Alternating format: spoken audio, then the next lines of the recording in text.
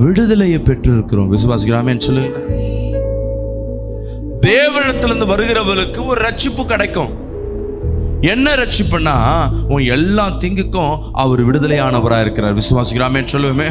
என் தலைவலிக்கு மட்டுமல்ல, என் குடும்ப கஷ்டத்துக்கு மட்டுமல்ல, என் வியாதிக்கு மட்டுமல்ல, என் சூழ்நிலைக்கு மட்டுமல்ல, எல்லாவற்றுக்கும் என் தேவன் அவர் விடுதலை ஆக்கினவரா இருக்கிறார். விசுவாசிக்கிறாமேன்னு சொல்லுவேன்.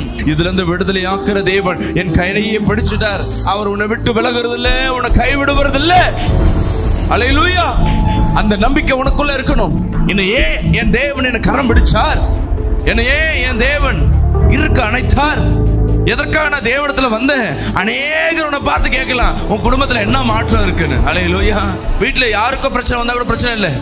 அந்த பிரச்சனை நிமித்தமா உனக்கு ஒரு பாதிப்பு ஏற்படுதுன்னா, பிரச்சனை நம்ம இப்போ அவங்களுக்கு வந்ததுனால இப்படி இருக்கு.